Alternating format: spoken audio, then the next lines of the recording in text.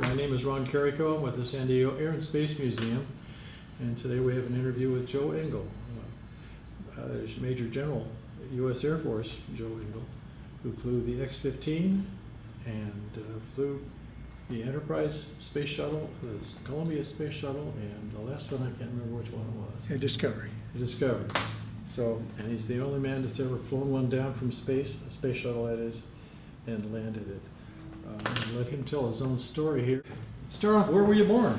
Chapman. Well, I was born in Abilene, Kansas, actually. We didn't have a hospital there, so I grew up in Chapman. My parents lived in Chapman. What did your dad do for a living? My dad was a vocational ag teacher at the high school there. It's a county community high school, so overwhelmingly a rural community, and very large FFA program, very large agriculture program. So you kind of grew up a farm boy?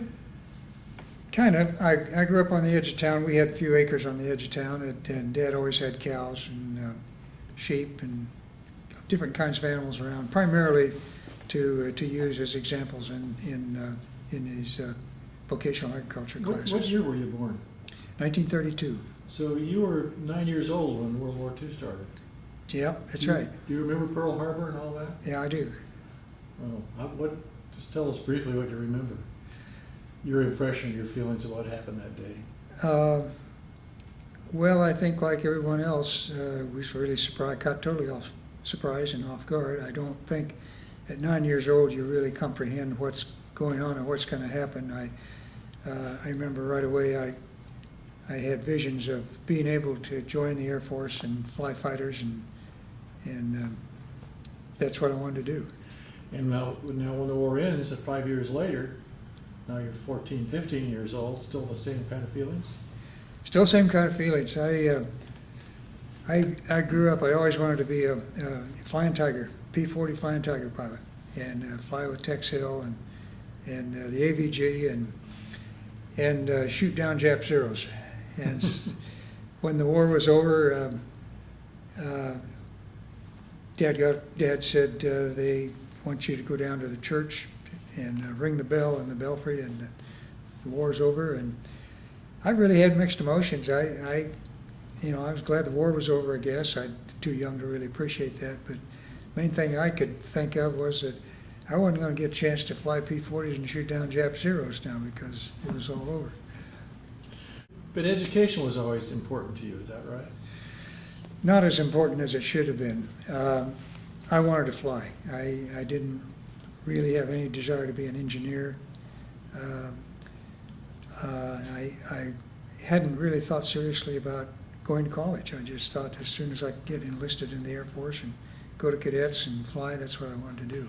Oh, but I thought you graduated from University of Kansas. I did. So I did. Who made you go to college? The Air Force. Oh, really? The pilot training, at one time you could go in with a high school education as a cadet, of course, during the war. Then there was a requirement for 2 years of college, and then you'd go into a reserve officer training program, graduate from that, and go to flight school. So and what then year did you Then they shut that down and decided that anybody that started flying training had to have a 4-year degree, had to have a degree. So what year did you go into the Air Force? 1955. So then 56, actually. Then when you went to college, is that when you got your commission out of ROTC then? Right. Uh-huh. Okay, so you were enlisted when you first went in then? I wasn't really enlisted, no, I just went in, I started college and then took the ROTC program. Okay, I see. Which ended up with a commission at graduation. When you graduated, you got a commission. Where'd you go to pilot training? Started out at Webb Air Force Base. Well, started out actually at Malden Air Force Base, Missouri. Flew T-34s and T-28s, and went from there to Webb Air Force Base in Texas. Flew T-33s, and then from there into fighter gunnery school at Luke. So you did very well in pilot training to get a fighter assignment. I was really passionate about flying. I loved to fly, and you had a little flexibility on flying time and hours. They had extra flying hours available. If you wanted to go out and fly, you could. And a lot of guys would fly the minimum, and just get by. I would take their hours and go out and get some extra time and just have fun. Well, it's all about seat time and performance. It is. People don't say that often enough, but it's really important. What about now, but you already had flying experience when you went into the Air Force. I had flown some. As I said, I've always wanted to fly, and But you had a mentor, a yeah, guy that you were really close to. Who was that? his name was Henry Dittmer. Henry was an engineer at Cessna Aircraft Company, and while I was at school at University of Kansas, in the summers I would go down to Wichita and work at Cessna Aircraft Company to save money to go back to school the following year. And I ended up being assigned to work with Henry as a draftsman in the power plants division at Cessna. And Henry was an instructor, he's a CFI, and he taught me to fly. He taught me to appreciate airplanes too, and really understand and know how to get along with them. Really, he insisted that he taught me for nothing. I mean, he didn't charge me for his instruction hours, but he made me work at this little airport, little grass strip airport. I could work 8 hours in the hangar, sweeping hangars and sorting out nuts and bolts and doing whatever kids do, gassing airplanes. Work 8 hours for 1 hour flying in that airport's 120, Cessna 120, and then Henry would instruct me in that 120. Oh, that's nice. But now you and he built an airplane too, right? We did. We built a little Flutterbug. That was my surprise one summer. I'd go back to school, and in the summer I'd come back, and Henry was a widower, so he lived alone, and when I got down there, I saw the house was full of airplane parts and pieces, and he'd bought this kit. He said, "We're going to build an airplane this year. We're going to learn how to build an airplane." And so we built a Stitz Flutterbug. I have found pictures of it, by the way. Have you? Good. I found some pictures. I didn't realize there were so many different versions of the Flutterbug. There was tricycle gear, conventional gear, canopy closed, two-seat. There was a two-seat version, in fact. I heard you tell a pretty funny story about that, your experience at the Flutterbug. After it was ready to fly, it needed to be certified. Well, yeah, the airplane had to be flown, and it couldn't be flown off of the local airport. It couldn't be flown off of Cessna Strip there. We lived right across the street from Cessna. And we couldn't fly it off of Rodden Flying Strip, where I was taking lessons. It had to be done at a remote place. And there was an old Army World War II Army airfield about 12 miles east of town that the runways were still in good shape and people could go out and fly and land. And that was where the FAA inspector wanted us to take the airplane to demonstrate that it was airworthy. And So you're going to tow it out there or something? well, I'm not sure how we were going to do it. I guess we were going to disassemble it and put it on a trailer. I guess that's what he had in mind. And so the day, I think it was a weekend, a Saturday, I believe, that we got out and we rebuilt the engine as well. So we were running the engine in. We'd crank it up and tie a rope on the tail and tie it to a tree and crank the engine up and let it just sit there and run to run in. And so we cranked it up, and Henry said, let's crank it up and see how it works. And he got in it, fired it up, and he motioned to me to come over to. He said, "Why don't you get us a couple hamburgers and a couple of milkshakes and meet out at the airport, out at the field where we're going to show this thing off." And we were scheduled to do it in the afternoon, I believe. And so he taxied out on the road and went down to Pawnee and turned on to Pawnee, which was kind of a wide, straight street. Could see for a long ways. It was a fairly rural area there. And he just took off and flew that out to the airstrip and met him out there. We had lunch and got the oil all cleaned off, and the FAA guy showed up, and Henry took it off and flew it around a couple times. They didn't ask you how you got it there? No, I don't believe so. Didn't ask me. So now, okay, you go to the pilot train, and where'd you go to the F-100 school? F-100 was at Nellis. That was our 6-week course up there. The the initial fighter gunnery training was at Luke in F-84Fs. And then you either went, well, you could, when you went out of basic training out of T-33s, you either went to F-84s or F-86s or other types of airplanes. What year was that? Oh, that had to be 57, late 57. So now you went into a squadron there in, who was, you met somebody, you met obviously pretty important people there. At Nellis. Yeah. Well, I was really lucky. I didn't know it at the time, but I was assigned to a flight. There'd be an instructor with 3 students, and 3 or 4. I think we only had 3 in our flight. And my instructor was a guy by the name of John Boyd, who later became really famous for his theories and his demonstrations of aerial tactics, dogfighting, and how to use the vertical as well as the horizontal in dogfighting. Tremendous pilot, tremendous instructor, and his ideas are now just standard in the Air Force. You work the vertical all the time now, and to get an advantage.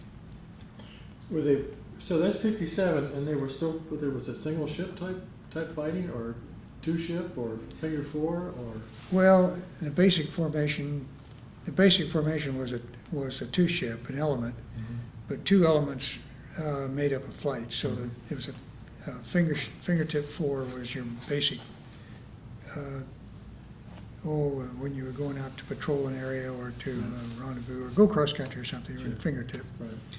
If a fight started, well, you'd break up in elements of 2, and the 2 elements would support each other. So it was very choreographed and very. I remember somewhere I read that you actually decided to have a little dogfight with Chuck Yeager, and found out maybe you learned a few things there.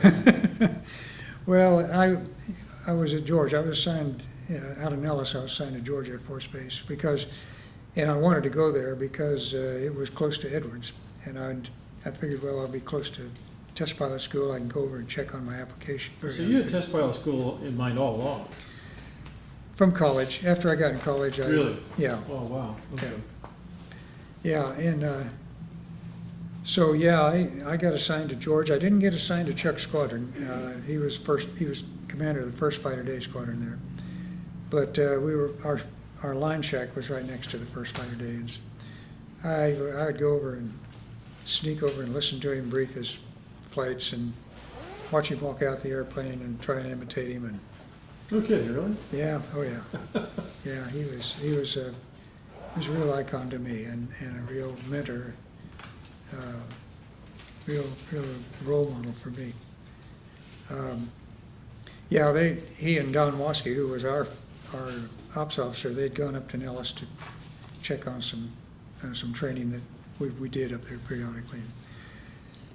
And they were coming back through Death Valley, which was our dogfight area for George Air Force Base. And it was the first time I was a first lieutenant and given a flight of 4 to go up and just cruise around and learn, get oriented with a flight of 4, learn how to turn lefts and turn right and swing underneath.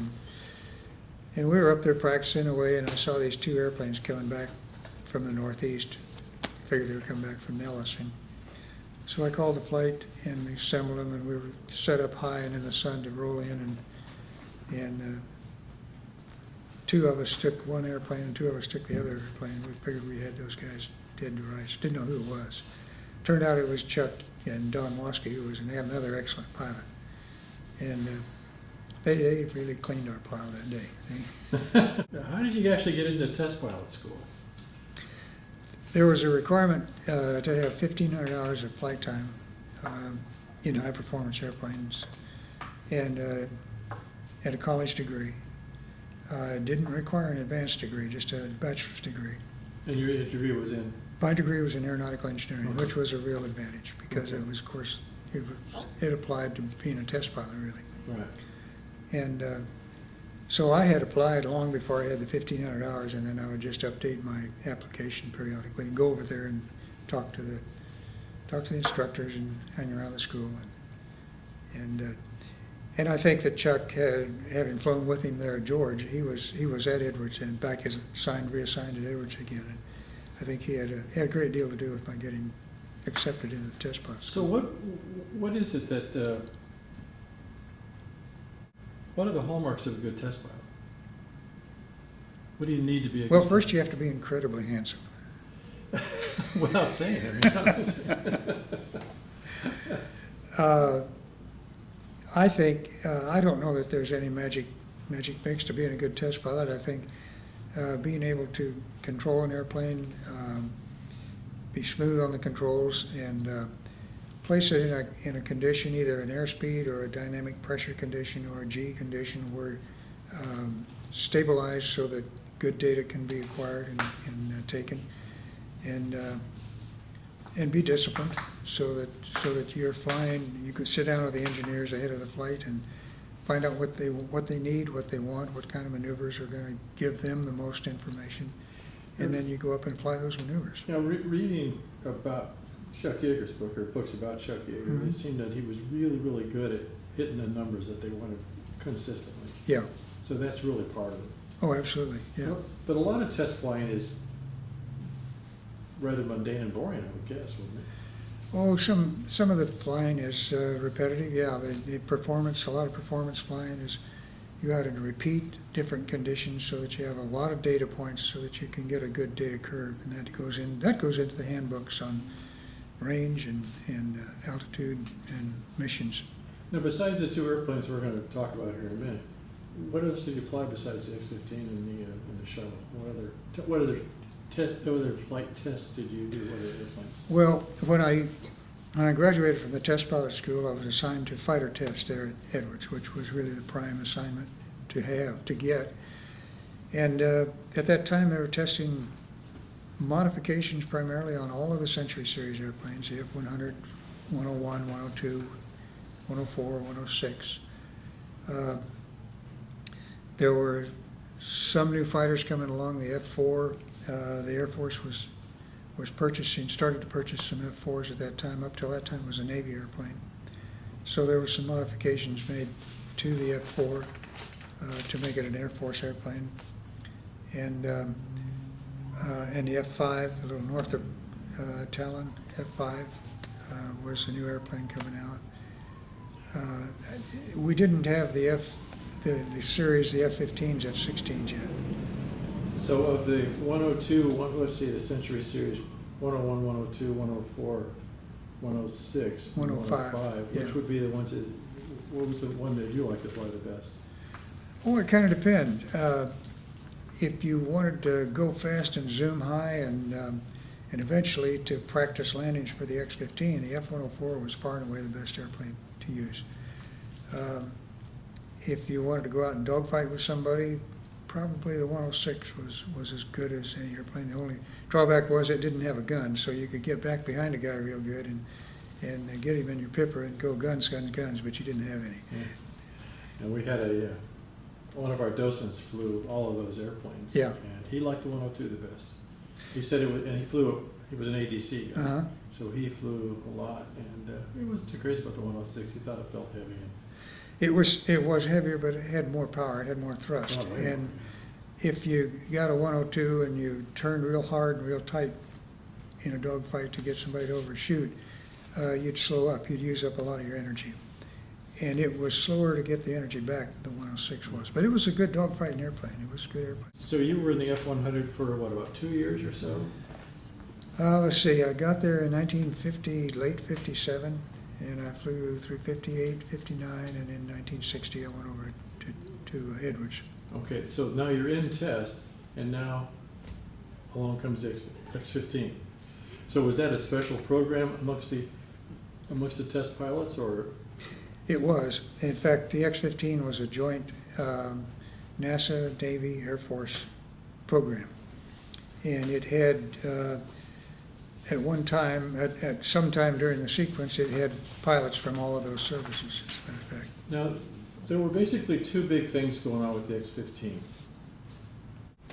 Well, the word that comes to mind is hypersonic. Maybe to tell us what hypersonic means. Well, hypersonic means Mach numbers of near 5 or above. So you get to close to Mach 5 and above Mach 5, you're hypersonic. And so but the things you're trying to learn about above that are, How to build an airplane that can fly and operate at those speeds, because after World War II, the focus, the attention was all on speed, to try to get faster and faster. When Chuck broke the sound barrier, when he went Mach 1, in fact, it was a very highly classified flight. It was a long time before that was really released, that he had exceeded the speed of sound, because of what it took to do it. The airplane, quite frankly, was not built or configured to take advantage of what control authority you needed to control the airplane as you went transonic and supersonic. It had a horizontal tail with an elevator, and on that horizontal tail, as you approached Mach 1, the shock wave forms on the thickest part of the airfoil, and all the area behind that shock wave is very reduced as far as authority and ability goes. So the elevator really was kind of had no control authority in pitch when you got close to Mach 1. The only way to control the airplane was to move that whole tail rather than just the elevator back behind the shock wave. And that's what Chuck and Ridley, Jack Ridley, his flight test engineer, that's what they realized. And the X-1 had a trim motor on it that it would move the entire tail with a jack screw arrangement, and it could move it up and down. It had a pneumatic bottle that ran a little motor that would run the trim up and down. And when they realized that they were losing control as they approached Mach 1, Jack Ridley actually was one of the guys that really said, let's see if we can move the tail and see if that helps. So they put a larger pneumatic tank on the X-1, and Chuck actually flew the pitch axis of the airplane with that little pneumatic trim motor rather than with the yoke in the cockpit. Once they found that it's a flying tail was a secret, that really was a secret. It was a well-kept secret. And in fact, in the Korean War, that's why we enjoyed such an advantage over the MiG-15, was our F-86s had flying tails, and the MiG-15 did not. Now the X-15, though, really leads you to the Space Shuttle. What you were doing, we're finding out with the X-15 applied directly to the Space Shuttle. The techniques and control systems you developed with the X-15. Yeah. So what do you expand on that? Well, and we didn't realize at the time that what we were doing with the X-15 would be so directly applied to the Space Shuttle, because there wasn't any Space Shuttle. Nobody even dreamed of a Space Shuttle then. That was 20 years before the Space Shuttle. So the X-15, in fact, I think it was Stormy, or Charlie Phelps or Stormy was told by the NASA Flight Research Center, said, we're going to give you a little airplane with a great big engine. Now go see what you can do with it. And they were primarily interested in speed. Altitude was kind of secondary at first. In the X-series airplanes, the X-1, the X-2, and the D-558, those airplanes were all rocket-powered research airplanes that they were designed to go faster and faster. The X-1 was designed to go Mach 1, and it did. The D-558 was designed to go Mach 2, and it did. And the X-2 was designed to go to Mach 3, and it did. The problem was that the X-1A, for example, was a modification of X-1.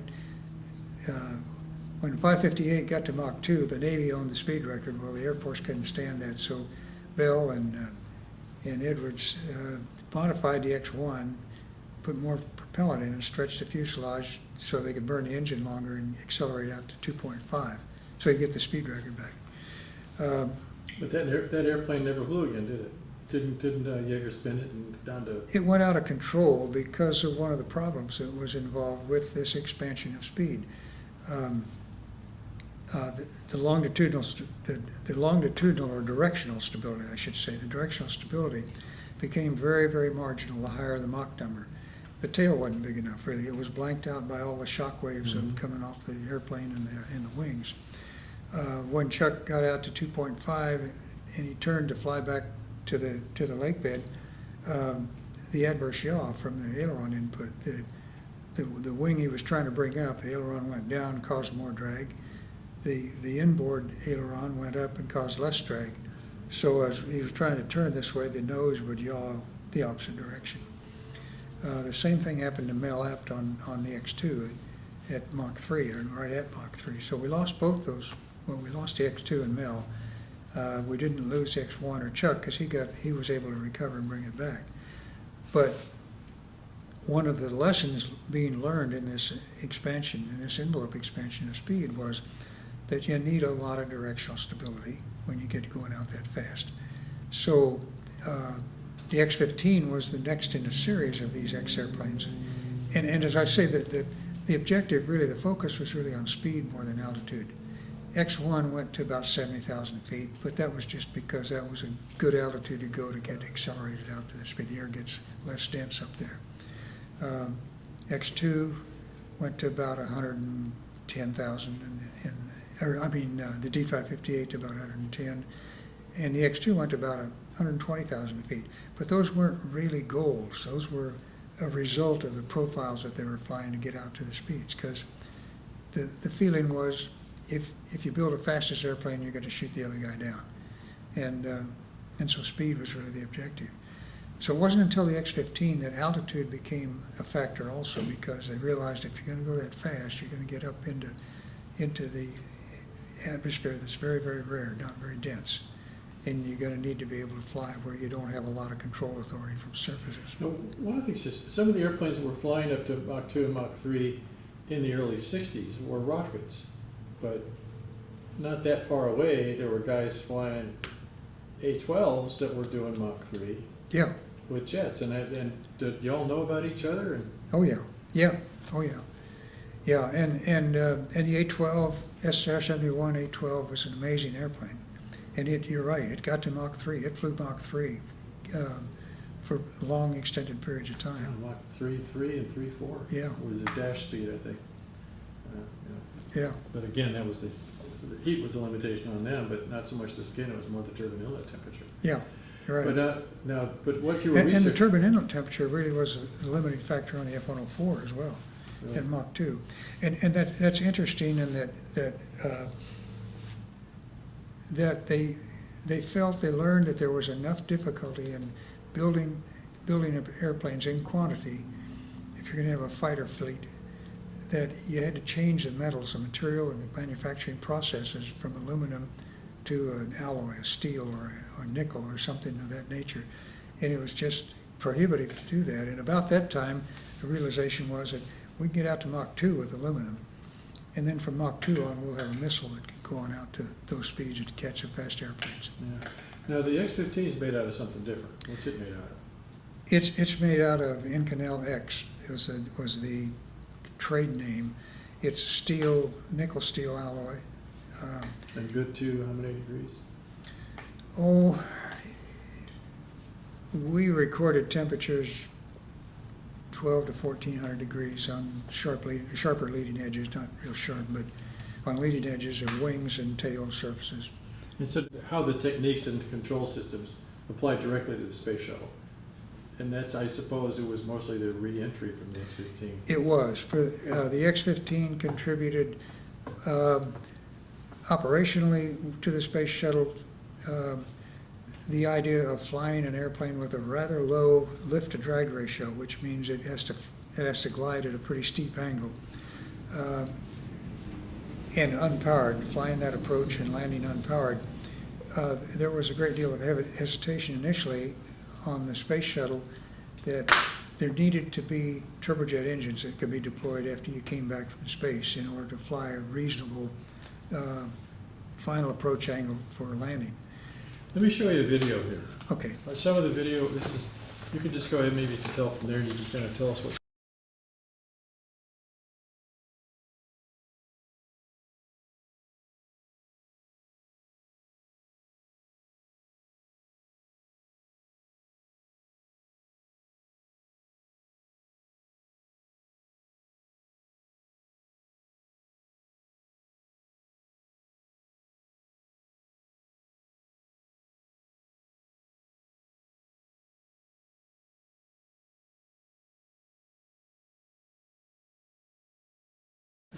The silver suit on the outside was actually called a sacrifice garment. So if you had to bail out at high Mach numbers, the air blast, the air pressure wouldn't tear the pressure suit open and of course lose all pressure and then Oh, you I die. see. So it was to protect the suit if you had to punch out in a wind blast. All right. This is gonna, I've actually short.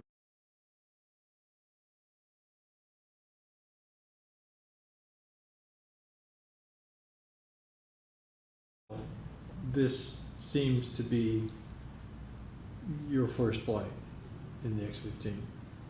Okay. As I told you, I found where, you did an aileron roll, which they decided was they put it down as an unauthorized maneuver, which I know is bunk, but, Well, it wasn't unauthorized, it just wasn't planned is all. have you seen?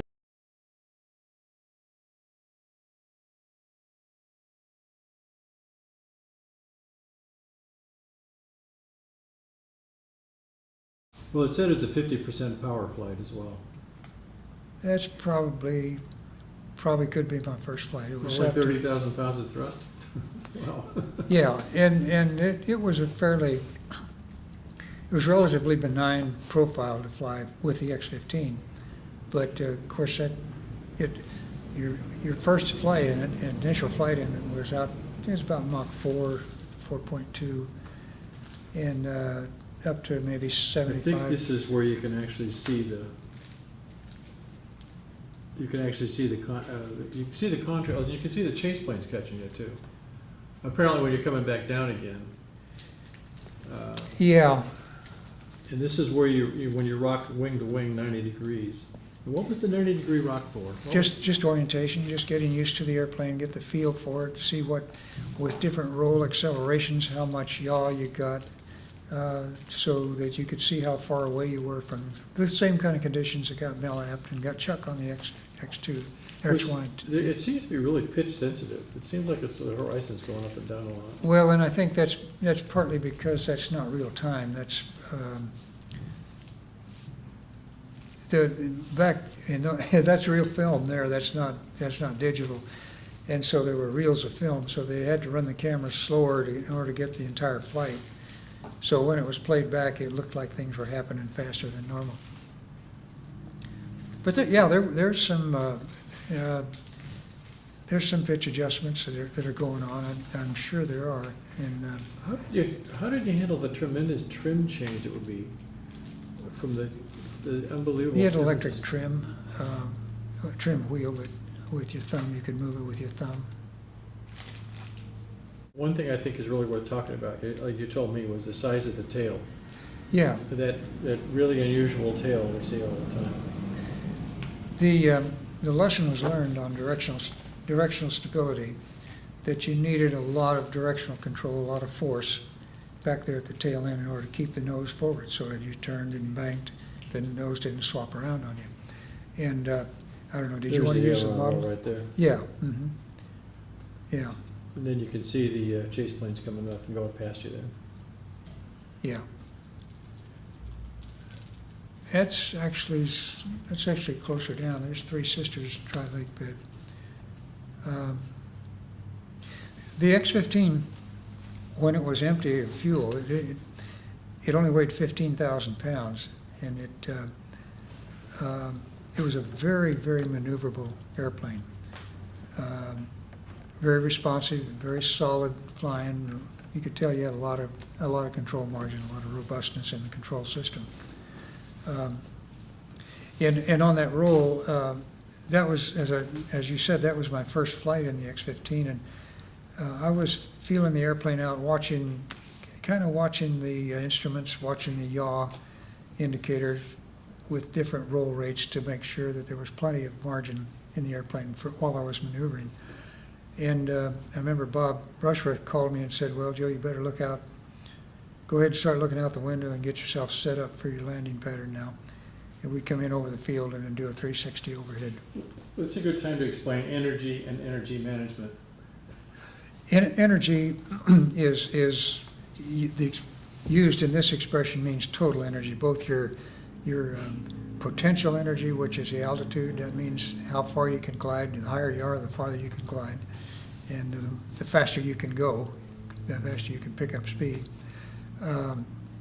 That's potential energy. And kinetic energy is how fast you're actually traveling. So if you're traveling 100 miles an hour, you can, and compared to 1,000 miles an hour, of course, you can glide a lot farther if you're 1,000 miles an hour. You have more energy to play with to get yourself set up and landing where you want to land. To your left there, or to your right, is an Yeah. X-15. Yeah. And you might pick up that stand and take a look at that stand. You'll find that interesting. Look what it says on it. Well, I'll be darned. I'll be doggone. It says Joe Engle right on it. It says VF-12. Why we have it? VF-124. Why we have it, I don't have any idea. Do you have any idea? Yeah, I do. How's that? Really? You don't know? No, I don't know. Yeah, 124 was at one time an F-8 squadron down here at Miramar. And but how does that relate to them having your personal X-15 model? Well, we used to come down and hassle and dogfight with the guys from Miramar.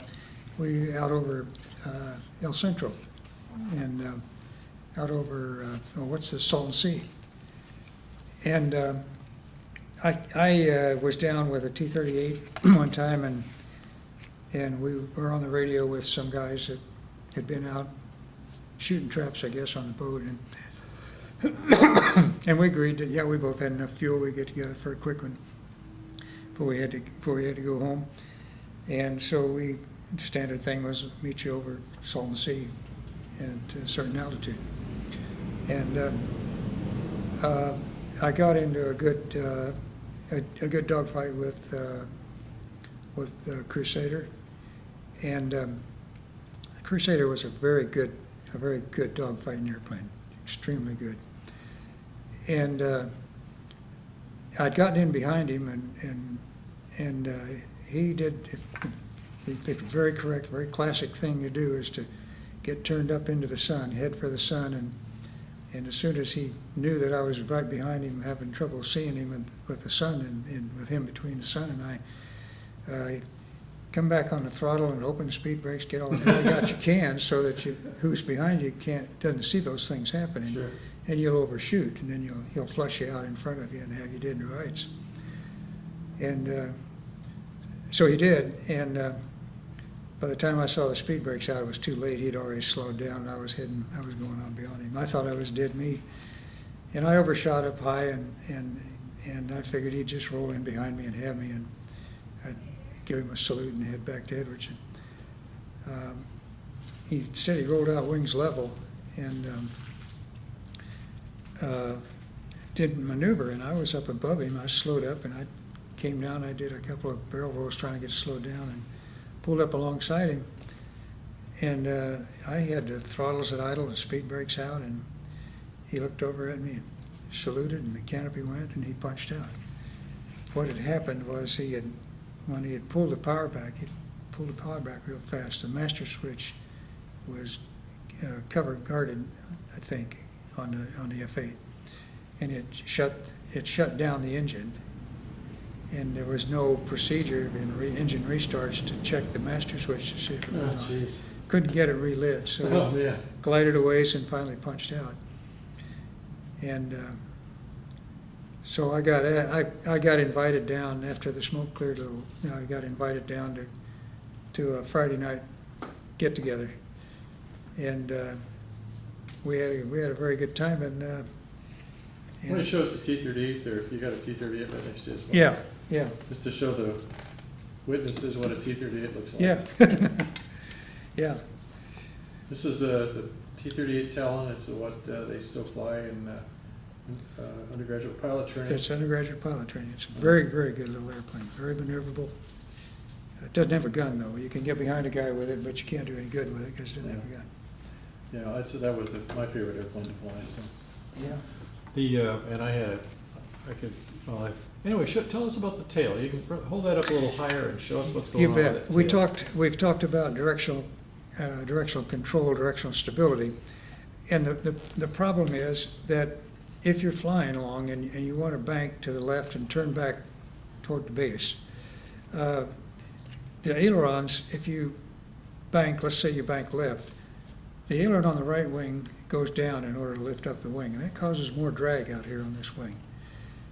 The aileron on the left-hand side actually goes up to push the wing down, and that's, since it's creating lift, that's less lift and less drag, so that wing wants to go forward. So when you bank to turn to the left, the airplane actually wants to yaw with all the drag over here and no drag on this side. It wants to yaw to the right. And once it yaws too far, it'll get out of control if you don't have a big enough tail to keep it straight, like an arrow. Arrow needs big feathers on the end of it. Mm-hmm. The X-15, they learned that as you get past supersonic speed, the airflow actually acts a little differently. It acts more like solid stuff. So the X-15 tail was designed as a wedge. The air splits, half of it's on one side, half on the other, and then when it gets to the back end, it takes a while to get back together again, kind of like on a ski boat. And so you essentially double the size of the effectiveness of your rudder, and the X-15 had surfaces on top and bottom, so it was very, very stable directionally. Very, very, very, very good directionally. We didn't have any problems at all with that. We did have problems when we would fly it to altitude, get above the atmosphere, and then start a reentry, because as you fly a reentry, you had to be perfectly lined up with the airflow that you were going to generate when you fell back in the atmosphere. Let's carry it from there. But okay, when you're going to do a profile that's going to take you to altitude, we're going to practice reentries. You're going to take it up to 250,000, 300,000 feet or something like that. And at some point, the aerodynamic controls don't work, and you start having to use the reaction controls. Right, right. And now that was the left hand you used to do your reaction controls. So what you just kind of feel it out at what point you're losing your aerodynamic controls? Pretty much. Yeah, pretty much. The aerodynamic controls were moved with a little hand controller on the right-hand side of the airplane, of the cockpit, with just conventional pitch up and down and roll, like so. Right. Yaw with the rudder pedals. But above the atmosphere, where those surfaces were ineffective, we had the reaction control system, which actually was a hydrogen peroxide propellant, and it would flow down to a silver catalyst bed on the little jets, on the top and bottom of the nose for pitch, push to fire. The top jets would push the nose down, and vice versa, out on the wings for roll, and on the sides of the nose for yaw. So you had this handle that came out of the control panel, the instrument panel, and you just moved it up and down and left and right and twist it for roll, kind of similar to a shower handle in a shower. For hot and cold water and more or less water, if you've ever looked at one of those little balls behind a shower handle that you control the water with, it's just a little ball with some holes drilled in it. And all you're doing is opening up ports to hot water and cold water. So it was these lessons that you learned flying that which applied directly to the shuttle? Very directly, yeah. Very directly to the shuttle control system and to the techniques that we would use for flying a reentry. Okay, so now when you take off and you're going to altitude and you're going to, let's say to 300,000, 280,000. Okay. I know your highest flight was 280,000 feet. About 200, yeah. And so now you're coming back in. No matter what you do with your directional controls, your ground track is exactly the same. Yeah, it's not going to change because there's no air to move you around. So now what you have to do is make sure that when you get air, that you're pointed in the right direction. Exactly, you got it right. So now you're accelerating for about 80 to 100 seconds on the way up, depending on throttle setting. Yeah, yeah. And then you're going ballistic for how long a period of time? A few minutes, depending on the altitude and depending on the profile, but up to maybe 4 minutes or so. When did the weightlessness begin? Or was there had to be some weightless in there. As soon as you shut the engine down, of course you got 4 Gs on you when you just before you shut down, because you're about empty. You got 15,000 pound airplane and 60,000 pounds of thrust. So you have about 4 Gs pushing you back in the seat. As soon as you shut the engine down, then you're really essentially above atmosphere, above sensible atmosphere, they used to call it. And there's no drag, there's no air pressure, air drag to slow the airplane down. So you go from 4 Gs to 0 G. And all the time you're ballistic, you're falling, you're not fast enough to go around the Earth in orbit, but you go over the top like an arc, like you throw a baseball. And you just arc over the top. And you're ballistic all that time until you fall back down into the atmosphere where it's dense enough to start creating some lift on the Now, wings. did you keep the nose high all the way down to use the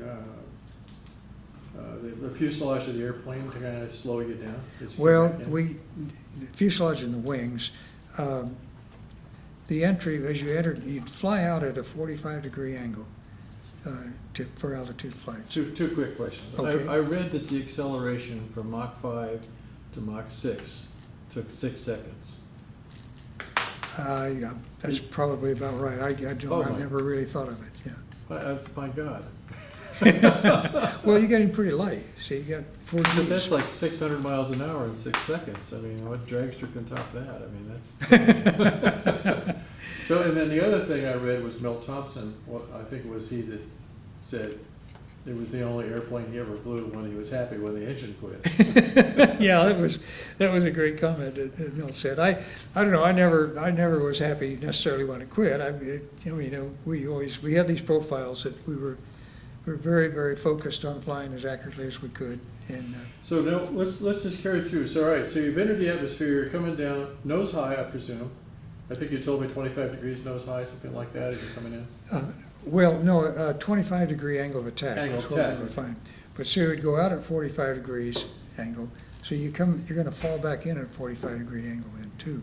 So 45 degrees, and if you wanted to have a 25, 26-degree angle of attack as you fell into the atmosphere, that leaves you with 20 degrees to make up. So you'd make that up, but pointing the nose, guessing about 20 degrees below horizon, or if Okay. your attitude indicator was correct. So that gave you 20 degrees there, another 25 degrees angle attack, and that compensated for the 25-degree angle that you flew out of the atmosphere with. Now, at this point, you're starting to pick up some G sensation again, aren't you? Well, not till about 130,000, 30,000 feet. But then there's a pullout at the bottom, is that correct? Yes, yeah. And that's a pretty healthy pullout, too. Well, it would be. What you do is hold the angle of attack at 26 degrees until the G's build up to 5 G's or 5.5 G's, depending on what the profile called for. And then when it built up to that, then you'd ease off the angle of attack to hold those G's so you didn't tear the wings off. And then you'd hold the 5 G's until you'd arrested the sink rate, leveled out. Then you'd want to push over so you didn't skip back up into that real rare air and just coast on over to LA. Which did happen. Which did happen, yeah. To, Well, Neil Armstrong got distracted on a pullout, and by the time he realized it, he was starting uphill again, and too late to capture with lift because he was getting into that real rare atmosphere. So he coasted on over and ended up turning around over Burbank and made it back in. how did you actually fly the X-15? How did you start it? And then maybe just give a brief description of what the flight profile felt like. You couldn't start the engine while you were still mated to the B-52. It just had ripped the pylon off and had done a lot of damage to everybody. Right. So, but we did have a mode of engine operation called pre-ignition where you had a little flame. You'd start a small flame inside the chamber. Oh, that's what that is. Yeah, a small flow of propellant and oxygen, anhydrous ammonia, and liquid oxygen. And you get that fire going and confirm that you had a fire, you had an ignition. And then get the pressures up in the tanks. And as you came across the ground point, which the engineers had calculated would be energy-wise would be the right place to launch for your profile, then you would count down and launch yourself. We'd launch ourselves. We had a launch switch over on the left-hand side, right above the throttle. and you launched yourself, and you'd fall free from the B-52 pylon. And then it was, game on then. As fast as you could get from this launch switch down to the throttle, you'd go ahead and start the engine, bring the throttle on, and bring it up to whatever power setting the flight profile called for.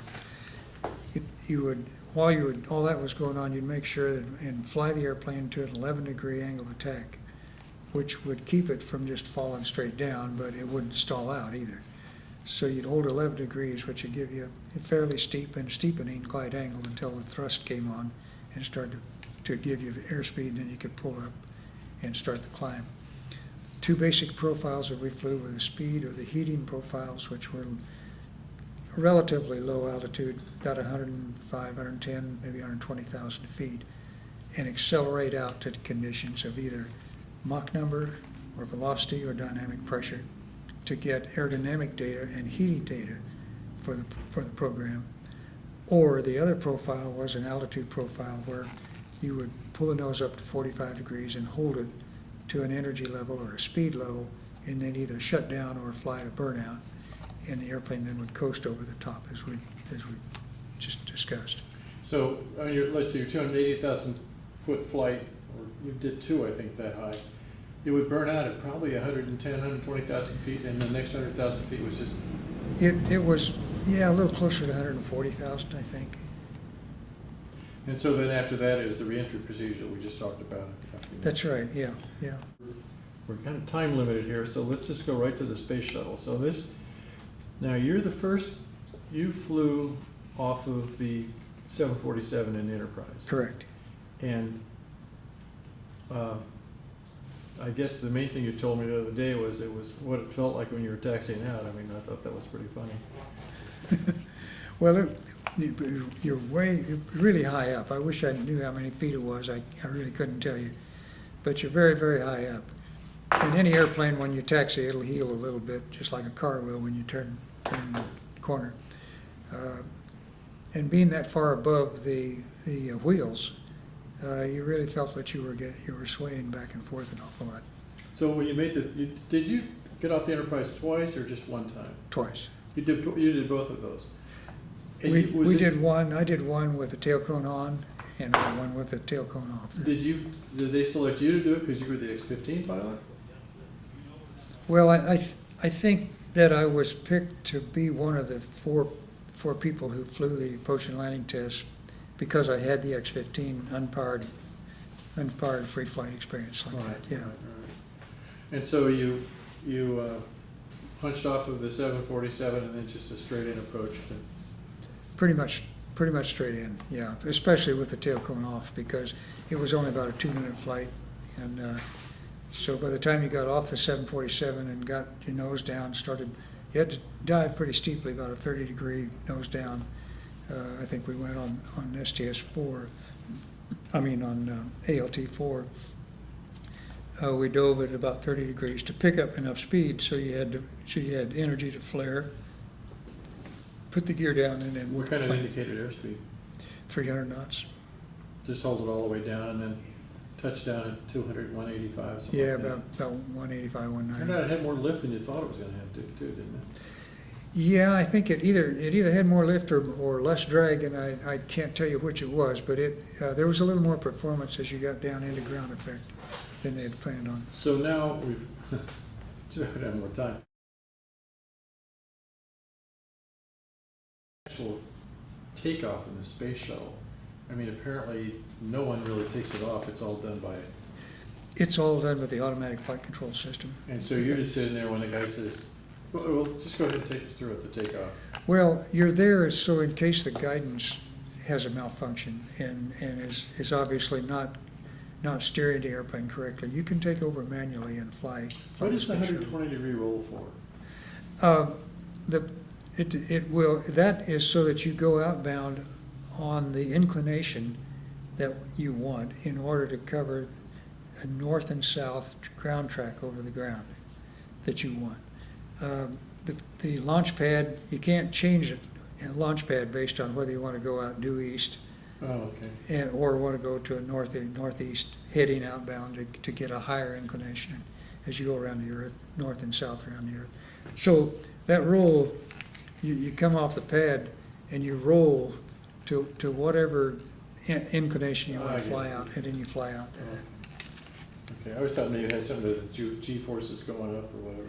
No, not G-forces. It's to pick the right profile over the ground. So now, and it's basically about a 3G acceleration as you accelerate. That's right. It builds up, and then the engines are throttled back as you approach 3Gs so that they hold 3Gs. And the reason for that is so that all the payloads that are built, the structure for them doesn't have to be built to accommodate more than 3Gs. Oh, I see, okay.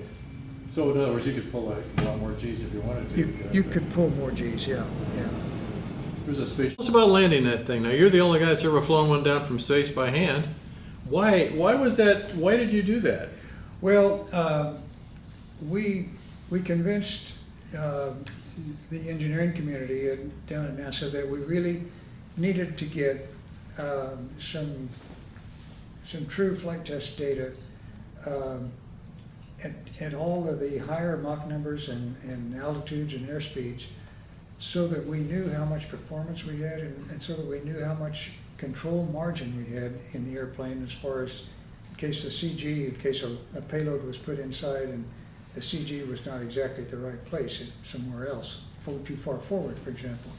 So that during entry, we'd know we had enough pitch authority and the controls to hold the nose at the angle of attack that we needed to hold it at. And from a performance standpoint, also, during entry, we fly the space shuttle at a 40-degree angle of attack. And the reason for that is so that the air molecules so that we present a very blunt surface to the air molecules and keep the heating down on the leading edges of the wings. We can fly a lower angle of attack and get more performance, more cross range as we come in from a re-entry. But that would heat up the leading edges of the wings and the nose more to beyond what the thermal protection system would accommodate. What would that? How much was that? 3,200, 3,400, something like that? The temperatures? Yeah. Oh, yeah, or something like that. Yeah, and we had a cross range capability. We wanted to have a cross range capability of about 1,000 miles to the left or to the right. Oh, wow. So that on the ground track as we come over the Earth, if we had an emergency and needed to come down real fast, as fast as we could pick an orbit that maybe there wasn't an airfield lined up with our ground track, but we could, as we entered, we could put it in a bank and turn that direction all the way and effect a cross range so we could make the landing site. Now, the re-entry starts with turning the airplane around. The airplane starts with you flying backwards. Okay. And firing the orbital maneuvering engines to slow yourself down, because when you're in orbit, but not a lot. It doesn't slow it down a lot. No, not a lot. 330 feet a second or so, Yeah. out of 25,000 feet a second. Right. And then you turn it back around again. Yeah, so you get slowed up so that you're not staying in orbit. Right. You're going to start back into the atmosphere. And orbit speed is about what? It's about 17,400 miles an hour, or about Mach 25. Okay. And so you fired these things to slow up a little bit. Now the Earth's gravity is a little bit more than the centripetal force that you're slinging away from the Earth with as you're in orbit. So now you're starting back in. So you're right. You fire the engines while you're flying backwards, and you get done with that engine firing, and then you pitch over, so that you're now at a 40-degree angle of attack with the atmosphere when you get to it. And the reason for that is, again, so that you present a blunt shape to it and then spread the heating out over the belly, over a whole belly. And your windshield just turns all orange, doesn't it, with fire? Yeah, that's because the plasma, the burning atmosphere, really, molecules are disassociating. And that's coming up over the windscreen like that, yeah. Mm-hmm. In fact, it's all over the whole airplane, but that's what you see, is what's out there. And so now you're flying the same sort of profiles, the same, keeping your minute, Pretty much, except instead of picking 25 degree or Yeah, 26-degree angle of attack like in the X-15, which was primarily to arrest the sink rate because we knew we could take the heating. What you're doing in the space shuttle is holding 40 degrees so that you can slow down. Mm-hmm. And in the space shuttle, you would loft and skip down range if you didn't bank as you're coming in. So we bank left and right. Oh, really? And we control the sink rate by the bank angle. In other words, you got a certain amount of lift at 40-degree angle of attack. Now, do you want to use all of that lift, because that'll loft you down range, or do you want to control it? If you go 90 degrees, you're going to fall in. Right. So you fly your sink rate with roll angle, and then as you get the nose 15 or 20 degrees over, then you want to reverse it so you don't go too far over and you can't make it back to the airfield. Well, so, okay, we've talked about the Space Shuttle in and out. We're running out of time, and my grandson Will here has some questions for you. Okay. Designed by his class. Well, great, okay. So Will, talk loud enough so the microphone can pick you up. Do you want to come around here, Will? Is it be better if you come? You're No, okay it's over there? fine. Yeah, Okay. I'm fine right here. All right. What's it like going past Earth's gravitational force? It's great. Flying in zero gravity. And again, Will, the thing to get zero gravity, all you do is you get up above the atmosphere so that you don't burn up when you're going that fast, because you really got to go fast. Mm-hmm. And you start going around the Earth. That's why the rockets start off going straight up to get out of the atmosphere, the thick atmosphere, and then they pitch over. And they're starting to pick up speed to go around the Earth. So when you go around the Earth fast enough, so that the centripetal force, and that's the slinging out force, that's like a rock on the end of a string, and you're swinging it over your head. When that force just equals the pull of gravity of the Earth, then you've got those two balanced out, and you stay right where you are in orbit. Just keep going around the Earth. And while you're there, while you're in that state, you're really weightless. You think you're weightless because you're slinging out forces the same as the Earth pulling. So you're just floating around inside the spacecraft, and it's a great feeling. It's fun, in fact. Is there an adaptation? Does it take some time to adapt so you don't hear say? There is, and that's important too, because the fluids in our body, the Earth is pulling down on them all the time. In our body, our muscles and our veins and blood vessels and veins have just accommodated over the years to squeeze. We open our eyes and we see that, I'm standing up, or we close our eyes and our body senses we're standing up. And so they automatically squeeze to keep all the fluid, all the blood and fluid and stuff from just pooling down into your legs. And so when you get in zero gravity, all of a sudden that pull isn't there anymore on the fluid. But your muscles don't realize it. They've been trained all these years, so they're still squeezing a little bit. So it's like water in a balloon. You squeeze it one end of the balloon, the water will go to the other end. Well, the fluids all go up to the upper part of your body. How did you train to go into space? Well, the most of the training that I did was learning how to operate the space vehicle, the space shuttle or the X-15, what we were going to do, what we were going to fly. Mostly learning about what things needed to be taken care of a lot. The hydraulic systems, you have to watch those so that all the surfaces will move okay.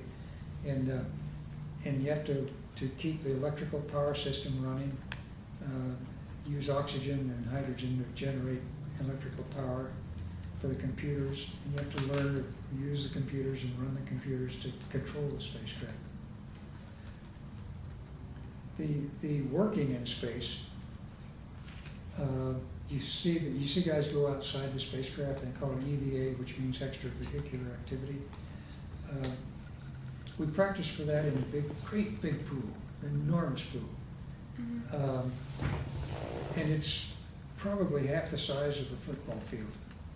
And that's so the equipment that is up there that they go work on outside can be duplicated inside the water. Then you get in the pressure suit and inflate the pressure suit, because you got to be in a pressure suit when you're in space. That is full of air, so you just float like a cork if you didn't weight it down. So you weight it down with lead weights until you're neutrally buoyant in this water, in this big swimming pool. And when you're neutrally buoyant, then you can work just like you do in zero gravity. Did you encounter any problems while you were in space? Yeah, I did. On my first space flight in the space shuttle, we didn't really know very much about how zero gravity would affect the human body like that. Because up till the space shuttle, we'd been in little capsules like the Mercury and the Gemini and Apollo, where you didn't move around very much. So when you got in zero gravity, this fluid floating up to your body really didn't bother you too much for the first day or two,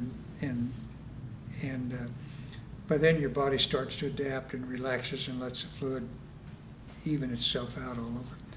But in the space shuttle, you have to float around and reconfigure switches and circuit breakers and things and get it ready to stay on orbit. And we didn't know that moving around like that affects you just like a rocking boat. You know, a boat when you're out in the water, you get seasick. And you get a little bit nauseated. You get nauseated. You're thinking, well, the fluid feels like it's right up against your throat, like you want to throw up, but you can't throw up really. Mm-hmm.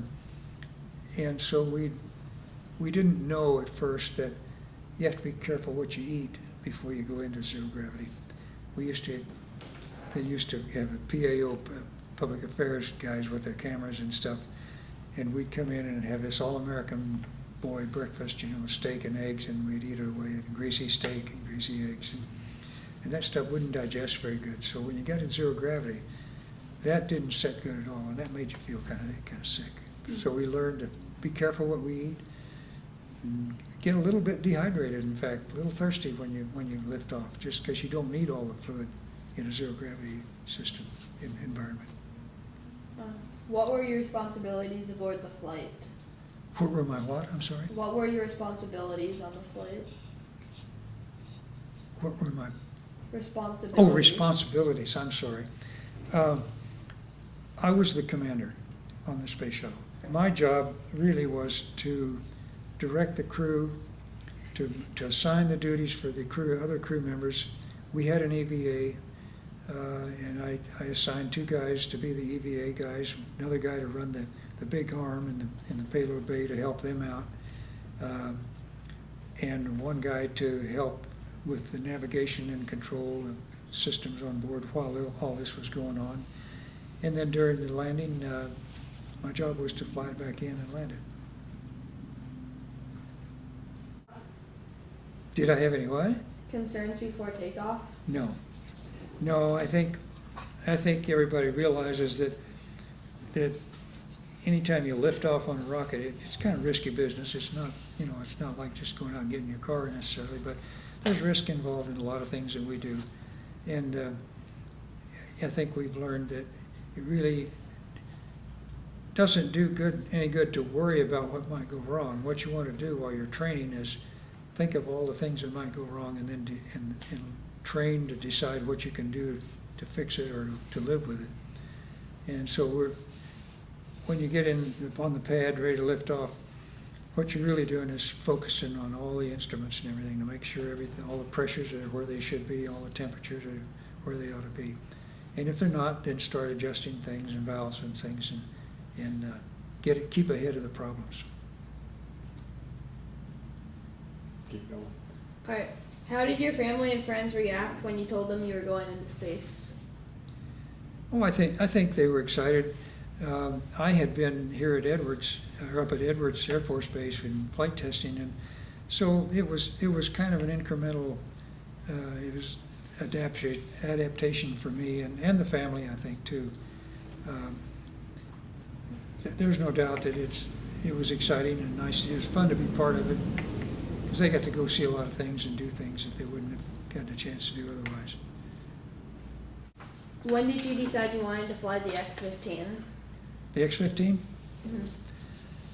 Oh, I think as soon as I heard about it, as soon as I learned about it, I think I was over at George flying F-100s at the time, and I think I had read about the airplane before and thought, boy, it sure be fun to fly something like that. But I never really dreamed I'd get to it. I didn't think I would.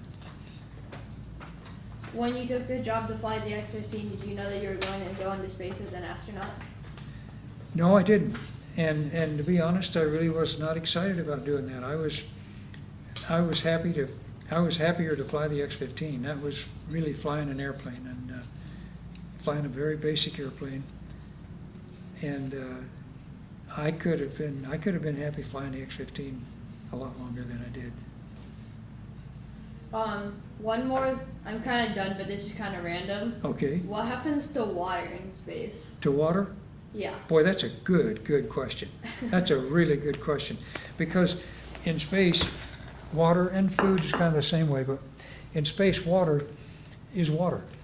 If you take the lid off, if you have a glass of water instead of a bottle of water, Mm-hmm. and you pick the water up and stop like that, it's not going to maybe splash a little bit and go back in the glass. It's going to all just keep going up. Like that. So if you pick a glass of water up and very carefully move it up to your mouth and tip it up like that, it's not going to go in there. It's going to go up your nose and all over your face and everything. So water, we have to drink in a tube with a straw. Yeah. Like. And food is kind of the same way. Dry food, crackers are terrible. Crackers are terrible because you break a cracker and the crumbs pop out and they fall down on the table. Well, in zero gravity, you pop a cracker and the crumbs just go all over, and they just keep going on over until they're picked up by the air filter and filtered out. So food, as long as if it's sticky, if it's something like thick chili, or something like that, you can take a spoon and hold it like that. And you can turn the spoon over upside down, and it'll stay right in the spoon. And if you do it slowly, and as long as you move slowly, really, really slowly, so it kind of sticks to the surface, like food does, like a lot of stuff does. But if you move too fast, then it'll fly off. Mm-hmm. And shrimp are fun to eat because shrimp have enough sauce on them; they stay together in the little bowl of shrimp. But you can take a fork and get down under one and kind of give it a little flick like that, and it'll just come curling right up, and you grab it like candy. Ask about the future. Oh yeah, that was my other question. What? So, how do you feel about the NASA space program now? I wish there was more funding available so we could hurry up and go to Mars. So you could hurry up and go to Mars, because you'll be the one that goes to Mars. You're gonna be the guys that go to Mars. Because it'll be another 15 years before we go to Mars, at least 20 years maybe. And but it's very expensive, and it may well be that we have to do like we did when we built the big International Space Station. One nation just can't make itself put enough money aside all at once to do that. So just like the International Space Station, it took 26 nations going together and deciding, yeah, we'll all go to space together, and we'll learn what we can on a space station. The trip to Mars is probably not going to be just the U.S. It's probably going to be 4 or 5 countries that are going together to make that mission. All right, I'm done. You're done. Oh, I'm done asking questions. Okay. Well, I was promised I would give you back. I had to talk to the commander-in-chief over here to promise to get you back to your hotel at 4:45. Okay, all right. Well, He said, "Don't wear him out. You don't look worn out to me." No, I'm enjoying the heck out of this. You betcha.